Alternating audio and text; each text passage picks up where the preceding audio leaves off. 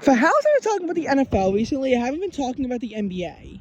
And right now is a good time for me to mention my biggest fear of the Philadelphia 76ers. Now, the Philadelphia 76ers were once regarded as a great basketball team, but in just one day, they slid from third place in the Eastern Conference down to fifth, following their loss as well as the Knicks win, as well as, the fact that the Cleveland Cavaliers have been doing pretty good. Both the Knicks and the Cavaliers have overtaken the Sixers. It used to be that the Sixers in the first round will be taking on a team like the Indianapolis Pacers, and if they had won that, then they would take on the Bucks, avoiding the Boston Celtics, who seem to be in total control of the Eastern Conference.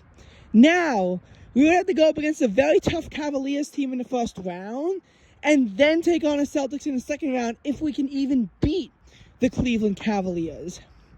It's tough. There's a lot of reasons as to why the Knicks have had an amazing January. A lot of reasons why the Sixers have been very inconsistent in January. They go on a 3-game losing streak. They then win 6 in a row when Embiid is dominant. Then he has one loss, and all of a sudden he's out, and they just lost 4 in a row. While the Knicks, again, they've won 8 in a row, and the Cavaliers have also had an amazing January, and they've won, probably 9 out of their last 10 games. So again, there's reasons for this. And while we have a bit of a cushion for 5th place, we had a lot of a cushion for 3rd place, and we blew that. Again, Embiid is one of the best players that's driving the Sixers to success, but there's a reason why I highly doubt he could be MVP. For the same reason why, after the Knicks acquired whoever the new player was in January, there's a reason why he cannot be MVP. You have to play in at least 65 games to be MVP, unless either you can prove that the coaches deliberately pulled you out so they wouldn't get an honor, or you had a season-ending injury but played in at least 62 games.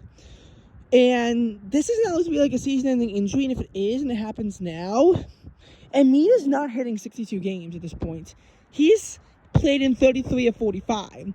And his streak of, all those games where he scored at least 30 points is snapped now, because an injured Embiid put only 14 points up when, he was clearly injured and then got injured again.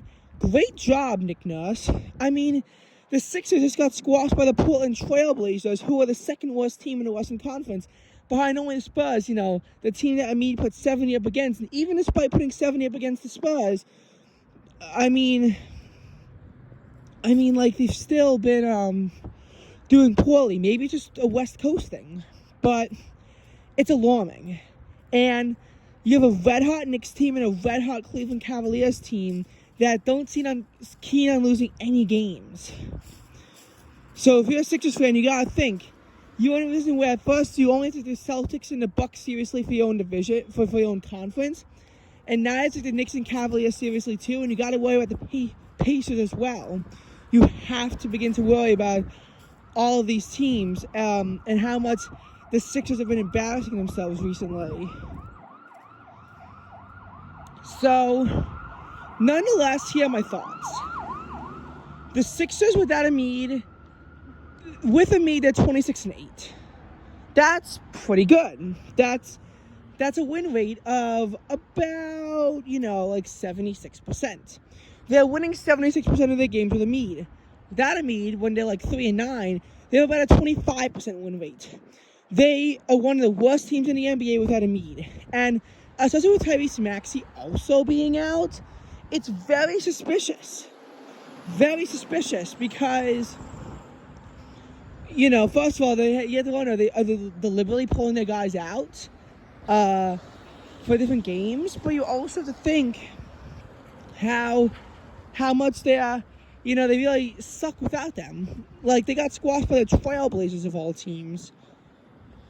Now, I don't think Embiid's injury is season-ending, but he's been playing with this kind of pain for a while now. And the Sixers, they simply cannot have him this way. Embiid cannot be the most valuable player by any definition if he does not play at least 65 games. He can miss 5 more games, and he's very likely to miss the next couple coming up. At this point, I've ruled out Embiid from being the MVP. He might have put up 70 points, but if he can't play, that's a problem. if his injury were to be season-ending, would the Sixers still qualify for the playoffs? That is a very tough question. The reason why it's a very tough question is because of how the NBA play-in tournament is structured. You have to be at least in 6th place to automatically qualify, but everyone up to 10th is fair game. So I think it's pretty obvious that the Sixers are going to, at the very least, qualify for the play-in tournament.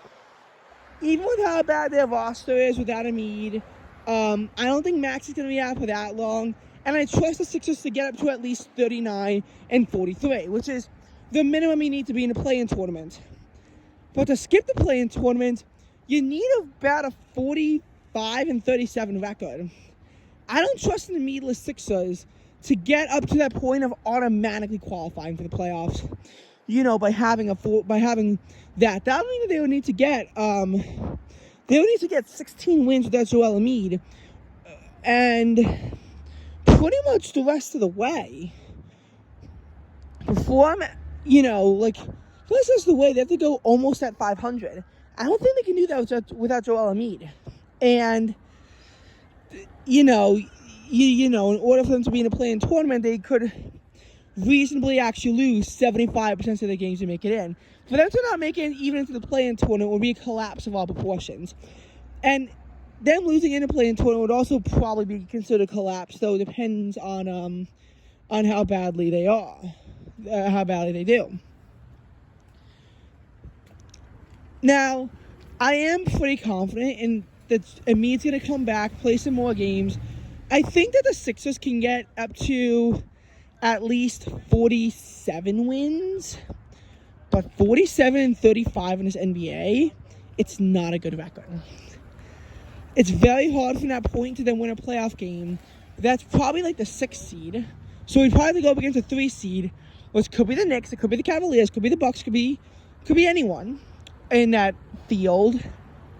Well, the Sixers are the 6th seed. Embiid can't get any honors. The Sixers likely aren't going to be getting any honors. It's just something you gotta think about, but as to how scared you should be if you're a Sixers fan, because this team is not reliable anymore. Also, do I think that Jalen Carter is going to get Defensive Rookie of the Year? He might, but I'm not sure. It's pretty much between him and the Texans player.